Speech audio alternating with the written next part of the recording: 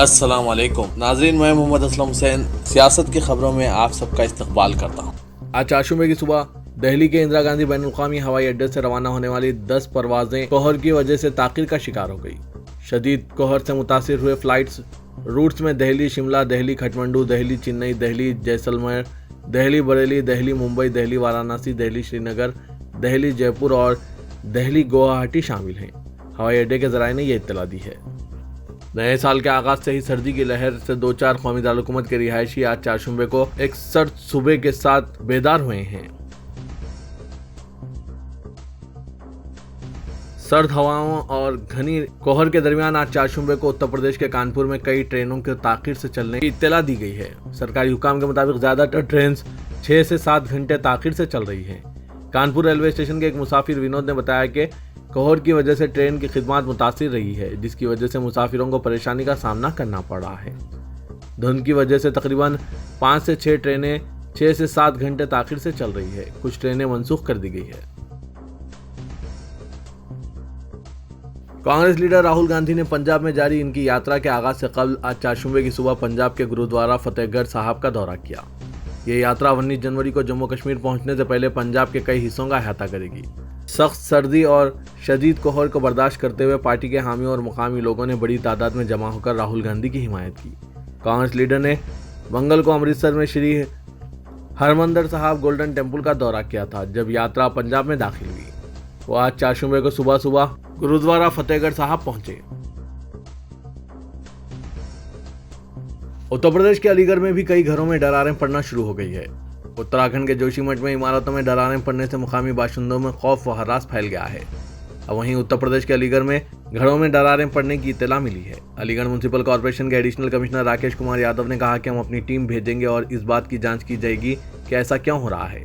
मुकामी लोगों के मुताबिक हुकूमत की जानिब से स्मार्ट सिटी स्कीम के तहत एक पाइपलाइन बिछाई गई है, जो अब मुबैना तौर पर लीक हो रही है, जिससे दरारें पड़ने का खदशा है।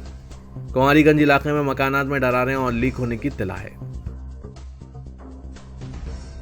आसाम के जिला लखनपुर में तकरीबन 70 बुलडोजर्स ने महकमा जंगलात की 200 हेक्टेयर अराजी पर बने मकानात पर बुलडोजर चला दिया।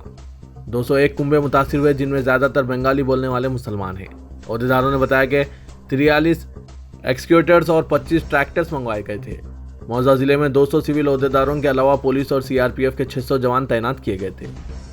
पावा रिजर्व फॉरेस्ट की 2560 हेक्टेयर अराजी में सिर्फ 29 हेक्टेयर अराजी ही फिलहाल इंक्रोचमेंट से पाक है। लगभग सभी लोगों ने पहले ही अपने मकान खाली कर दिए थे।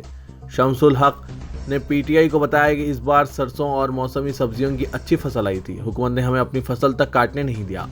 ऐसा लगता है कि इसने हमें जानबूझकर मुआशी मिहाज पर निशाना बनाया है। बेशतर मुतासरीन में बंगाली बोलने वाले मुसलमान हैं। वाज़ेह के मुल्क में बीजेपी हुकूमत वाली रियासतों में ऐसे ही वारदातें पेश आ रही है, जहां मुसलमानों को बेघर करने और इनको मुआशी मिहाज पर निशाना बनाया जा रहा है। इन सब पर आप नाज़रीन की क्या राय है? हमें और हमारे नाज़रीन को कमेंट बॉक्स में अपने ख्यालात तहरीर करते हुए जरूर वाकिफ करवाइएगा।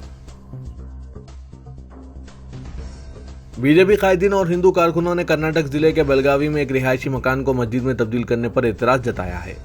बीजेपी और हिंदू कारकुनों का इल्जाम है कि बेलगावी के सारथी नगर में एक मकान को मस्जिद में तब्दील करके वक्फ बोर्ड के हवाले कर दिया गया। ये इलाका असेंबली हल्के बेलगावी रूरल में आता है। कारकुनों ने इस सिलसिले में मुकामी लोगों के साथ मीटिंग की और मस्जिद को खाली कराने के लिए बीजेपी के साबिक रुकन असेंबली संजय पाटिल की क़यादत में तहरीक शुरू की है। पाटिल ने मुतालबा किया कि जिला हुकाम और कॉरपोरेशन को चाहिए कि वो मस्जिद का तख्लिया कराएं, जो रिहायशी इलाके में गैर कानूनी तौर पर बनी है। मुकामी लोगों का कहना है कि हुकाम ने अनदेखी की है। हुकाम को पता था, लेकिन कांग्रेस रुकन असेंबली बेलगावी रूरल लक्ष्मी हेबलकर ने इन पर दबाव डाला। 1 साल से शिकायत की जा रही है, लेकिन कोई कार्रवाई नहीं हुई है। आरएसएस सरबराह मोहन भगवत का कहना है कि हिंदुस्तान और दीगर मुकामात पर हिंदुओं के दरमियान नई जारहियत की वजह यह है कि हिंदू समाज 1000 साल से ज्यादा अरसे से बरसरे पैकार है और आखिरकार संघ की हिमायत की वजह से बेदार हुए हैं। मोहन भगवत ने आरएसएस से मुल्का मैगजीन्स ऑर्गेनाइजर और पंजनिया को इंटरव्यू देते हुए कहा कि आप ये समझेंगे कि हिंदू समाज ज्यादा से 1000 साल से हालत जंग में रहा है। ये लड़ाई गैर मुल्की जारियत, गैर मुल्की असरात और गैर मुल्की साजिशों के खिलाफ रही है। आरएसएस ने इस मकसद के लिए अपनी हिमायत की पेशकश की और इसी तरह दूसरों ने भी की। भगवत ने कहा कि ऐसे कई लोग हैं जिन्होंने इसके बारे में बात की है और यही वजह है कि हिंदू समाज बेदार हुआ है। हालांकि जग में रहने वालों के लिए जारहाना होना फितरी है। विश्व हिंदू परिषद के बानी डॉक्टर प्रवीण तोगाड़िया ने बलदवानी का दौरा किया, जहां कारकुनों ने इनका पुरतपाक इस्तकबाल किया। इस दौरान प्रवीण तोगाड़िया ने कहा कि हिंदुओं के लिए खतरा बढ़ रहा है, ऐसे में मुल्क में आबादी कंट्रोल कानून लाना बहुत जरूरी है। उन्होंने कहा कि हुकूमत आबादी कंट्रोल कानून लाकर मुसलमानों की आबादी को रोकने के लिए काम करे, वरना हिंदुस्तान के हिंदू का मुस्तकबिल खतरे में पड़ने वाला है। प्रवीण तोगाड़िया, जो अक्सर अपने मुतनाज़ा बयानात के लिए मशहूर हैं, उन्होंने कहा कि 2 से ज़ायद बच्चे रखने वालों को किसी किस्म की सरकारी सहूलत नहीं मिलनी चाहिए। तोगाड़िया ने मजीद कहा कि जो लोग 2 से ज़्यादा बच्चे पैदा करते हैं, इन्हें सरकारी नौकरियों के अलावा वोट देने से भी महरूम रखा जाना चाहिए। ऐसे में भारत की आबादी 2 साल के अंदर पूरी तरह मुतवाज़िन हो जाएगी। उन्होंने कहा कि आइन में भी तब्दीली होनी चाहिए और आइन में तब्दीली करके तमाम आला सरकारी ओहदों को हिंदुओं के लिए मुख्तस कर देना चाहिए। उन्होंने कहा कि आइन में तब्दीली करके मुसलमानों को आइनी ओहदों पर फायद नहीं होने दिया जाएगा, क्योंकि सऊदी अरब समेत दीगर मुस्लिम ममालिक में आइनी ओहदों समेत दीगर ओहदों पर कोई हिंदू नहीं फायज हो सकता और इसीलिए हिंदुस्तान में ऐसे कानून होने चाहिए कि मुसलमान किसी आइनी ओहदे के अलावा वज़ीर आज़म, वज़ीर आला, डीएम, एसपी, जज ना बन सके। मुल्क के आइंदा आम इंतखाबात के बारे में तबसरा करते हुए कुल हिंद मजलिस इत्तेहादुल मुस्लिमीन के सदर व रुकन पार्लियामेंट हैदराबाद असदुद्दीन अवैसी ने कहा कि अगर 2024 में वज़ीर आज़म नरेंद्र मोदी के खिलाफ अपोजिशन की तरफ से किसी चेहरे को नुमाया किया गया तो इससे बीजेपी को फायदा होगा। एक न्यूज़ एजेंसी के एडिटर से बात करते हुए असदुद्दीन अवैसी ने कहा कि कोई एक अपोजिशन पार्टी बीजेपी को शिकस्त देने के मौक़िफ़ में नहीं होगी और अपोजिशन को 2024 में कामयाबी हासिल करने के लिए हर लोकसभा हल्के में मुत्तहिद होना होगा। उन्होंने कहा कि तमाम पार्लिमानी हल्कों में अपोजिशन को सख्त मुकाबला करना चाहिए। अगर कोई एक अपोजिशन चेहरे को बीजेपी के खिलाफ नुमाया किया जाएगा तो इससे जाफरानी जमात को फायदा होगा। ओवैसी ने कहा कि मोदी बमुकाबला केजरीवाल या मोदी बमुकाबला राहुल गांधी की सूरत हाल पैदा की जाए तो मोदी को फायदा होगा। इस सवाल पर आया तृणमूल कांग्रेस की सरबराह और चीफ मिनिस्टर मगरबी बंगाल ममता बनर्जी को वज़ीर आज़म मोदी के मुकाबले में पेश किया जा सकता है।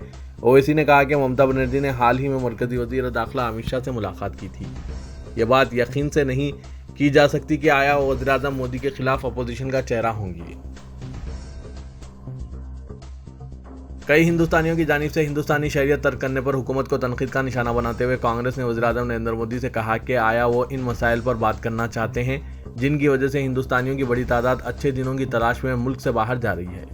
कांग्रेस के तर्जुमान गौरव वल्लभ ने कहा कि वज़ारत ख़ारजा के आदाद शुमार के मुताबिक 2022 के पहले 10 महीनों में 1,83,741 अफराद ने अपनी हिंदुस्तानी शरीयत तर्क की है। इसका यह मतलब है कि रोज़ाना 604 अफराद मुल्क छोड़ रहे हैं। उन्होंने कहा कि यह तादाद 2014 के आदाद शुमार से 2% ज़्यादा है, जब औसतन रोज़ाना 354 अफराद हिंदुस्तानी शरीयत तर्क कर रहे थे। सदारत आमा बराए उमूर हरमैन शरीफीन के जनरल सदर अब्दुर्रहमान अल सुदैस ने जोर देकर कहा है कि सदारत आमा स्मार्ट कैंपस प्रोजेक्ट तक पहुंचने के लिए मुमलिकत के विजन 2030 पर मबनी एक बहुत बड़ी ऑपरेशनल और एग्जीक्यूटिव हिकमत अमली तैयार कर रहा है। इनका कहना था कि स्मार्ट कैंपस प्रोजेक्ट सबसे अहम मखसूस प्रोग्राम और प्रोजेक्ट है जो सदारत आमा बराए उमूर हरमैन शरीफीन के स्ट्रेटेजिक प्लान के मुतअद्दिद अहदाफ से मुंसलिक है। वज़ारत हज व उम्रे की तरफ से जिद्दा में मुनक़िदा हज व उम्रा कॉन्फ्रेंस के अहम इजलास के दौरान अब्दुर्रहमान अल सुदैस ने कहा कि हमारा स्ट्रेटेजिक हदफ हुज्जाज इकराम की खिदमत और उम्रा अदा करने वालों की खिदमत करना है। हुज्जाज और उम्रा ज़ायरीन के साथ मिलकर खुशियाँ बांटना और इनके तजुर्बे से फ़ायदा उठाना, इंतज़ामी तंजीम और इदारे जाती काम कर तरक्की देना, इंफॉर्मेशन और कम्युनिकेशन टेक्नोलॉजी का बेहतरीन इस्तेमाल करना है। नेज़ मस्जिद हरम और मस्जिद नबी के ऑपरेशनल कामों और सहूलियात की मदद करना ताकि आज़मीन हज व उम्रे को बेहतर से बेहतर सहूलियात और खिदमत मुहैया की जा सके।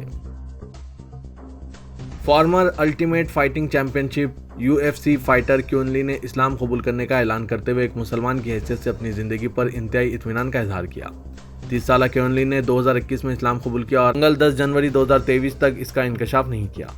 क्यून ली ने ट्विटर पर लिखा, एक मुसलमान के तौर पर मेरी तब्दीली के बारे में अवामी होने के बाद से मैंने हिमायत करने के लिए बहुत से लोगों तक रसाई हासिल की है। मैं तमाम मैसेजेस और कॉल्स देखता हूं जिससे मुझे प्यार महसूस हो रहा है। तेलंगाना की सियासी सरगर्मियां सर्द मौसम में अचानक गर्म हो गई हैं। चीफ मिनिस्टर के चंद्रशेखर राव खम्मम में BRS का पहला जलसा मुनक़िद करते हुए हम ख्याल जमातों को एक प्लेटफॉर्म पर इकट्ठा करते हुए कौमी सतह पर बीजेपी के खिलाफ मिहाज तैयार करने की कोशिश कर रहे हैं, तो दूसरी जानिब बीजेपी खम्मम की नुमाइंदगी करने वाले BRS के साबिक़ रुकन पार्लियामेंट P श्रीनिवास रेड्डी और BRS के दूसरे कायदीन को बीजेपी में शामिल करते हुए BRS को सियासी झटका देने की तैयारियां कर रहे हैं। ओहदों से दूर रखने और पार्टी के तंजीमी व सरकारी प्रोग्राम्स में अहमियत न देने पर साबिक रुकने पार्लियामेंट पी श्रीनिवास रेड्डी नाराज हैं और पार्टी की सरगर्मियों से अपने आप को दूर रखा है।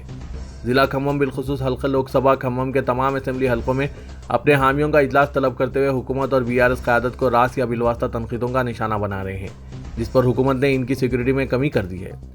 पी श्रीनिवास रेड्डी बीआरएस से नाराज हैं और बीजेपी क़यादत से राब्ता बनाए हुए हैं।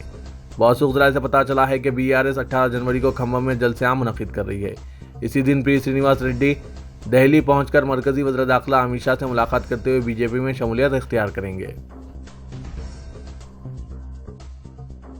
वजीर वल्दी नज़वनस के.टी. रामाराव ने तेलंगाना बीजेपी के सदर बंडी संजय और मरकजी वजीर जी किशन रेड्डी को सख्त तनकीद का निशाना बनाते हुए बरखी से मुतालिक सेसेस इंतखाबात को ट्रेलर करार देते हुए कहा कि अभी पूरी पिक्चर बाकी है। राजना सरसला में मुनक़िदा सेसेस इंतखाबात में बीआरएस ने क्लीन स्वीप किया है। इस मौके पर सारिफिन और किसानों के साथ मुनक़िदा इज़हार तशक्कुर जलसे-आम से खिताब करते हुए के.टी.आर. ने कहा कि सेस इंतखाबात में कामयाबी के लिए बंडी संजय ने 5 करोड़ रुपये खर्च किए हैं। इंतखाबात जीतने में नाकाम बीजेपी असेंबली के इंतखाबात जीतने का ख्वाब देख रही है। ये तो सिर्फ ट्रेलर था। 2023 के असेंबली इंतखाबात में बीजेपी को मुकम्मल फिल्म दिखाई जाएगी। तेलंगाना बीजेपी के कायदीन को अच्छे काम करते हुए अवाम के दिलों को जीतने का मशवरा दिया। के.टी.आर. ने तेलंगाना बीजेपी के सदर बंडी संजय से इस्तफसार किया कि वज़ीर-ए-आज़म नरेंद्र मोदी किसके भगवान हैं, तुम्हारे या गुजरात के? पेट्रोल और पकवान गैस की कीमतों में इजाफा करने वाले, सियाह कानून बनाते हुए किसानों की जान लेने वाले भगवान कैसे हो सकते हैं? बाफिंडों पर टैक्स आयद करने वाले भगवान कैसे होते हैं? के.टी.आर. ने कहा बीजेपी पेट्रोल और डीजल की कीमतों में इजाफा कर रही है और आरटीसी के शरहों में इजाफे की मुखालिफत कर रही है। अमेरिकी सफीर एलिजाबेथ जोन्स ने आज हैदराबाद में कहा कि हिंदुस्तानी तलबा के लिए स्टूडेंट वीज़ा की इजराई में ताखिर के मसले को हल करने के लिए अमेरिकी हुकूमत संजीदा है और इसे अव्वलीन तरजीह दे रही है। अमेरिका कौंसल खाना हैदराबाद में सहाफ़ियों से बात करते हुए जोन्स ने कहा कि कोरोना वायरस वबा के नतीजे में अमेरिकी वीज़े की इजराई मुतासिर हुई है। उन्होंने कहा कि हिंदुस्तानी तलबा को वीज़ा जारी करने के लिए अमेरिकी स्टेट डिपार्टमेंट संजीदगी से काम कर रहे हैं और अनकरीब इस मसले को हल कर दिया जाएगा। तेलंगाना हुकूमत को आज उस वक्त एक झटका लगा जब तेलंगाना हाईकोर्ट ने चीफ सेक्रेटरी सोमेश कुमार को तेलंगाना कैडर का अलॉटमेंट मनसूख करते हुए अपने कैडर के मुताबिक आंध्र प्रदेश जाने की हिदायत दी है। चीफ जस्टिस अजिल भोया और जस्टिस एस नंदा पर मुश्तमिल डिवीजन बेंच ने मरकजी हुकूमत के department of personnel and training की जानिब से दायर करदा दरख्वास्त पर यह फैसला सुनाया।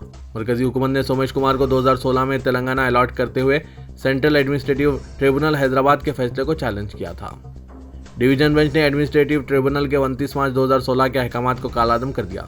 सोमेश कुमार के वकील ने अदालत से दरख्वास्त की कि फैसले को कुछ अरसे के लिए मुअज्जलतवा रखा जाए ताकि सोमेश कुमार अपील कर सकें, जिस पर हाईकोर्ट ने 3 हफ्तों तक फैसले पर अमलावरी को रोकने की हिदायत दी। सोमेश कुमार ने आंध्र प्रदेश की तकसीम के बाद इन्हें आंध्र प्रदेश कैडर अलॉट करने के फैसले के खिलाफ सेंट्रल एडमिनिस्ट्रेटिव ट्रिब्यूनल में दरख्वास्त दायर करते हुए इन्हें तेलंगाना कैडर अलॉट करने की दरख्वास्त की थी।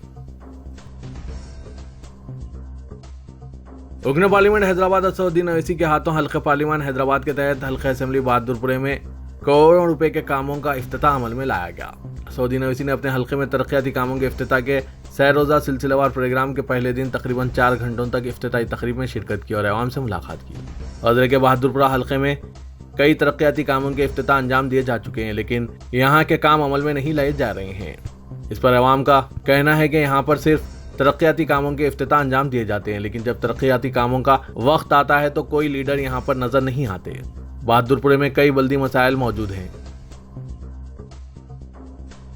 फिल्मसाज एस.एस. राजमौली की शानदार फिल्म RRR ने 2023 गोल्डन ग्लोब्स में अपने गाने नातू नातू के लिए बेहतरीन ओरिजिनल गाने की ट्रॉफी हासिल की है। इस गाने को तजुर्बेकार म्यूजिक डायरेक्टर MM केरवानी ने कंपोज किया है और इसे काला भैरवी और राहुल सिपलीगंज ने लिखा है।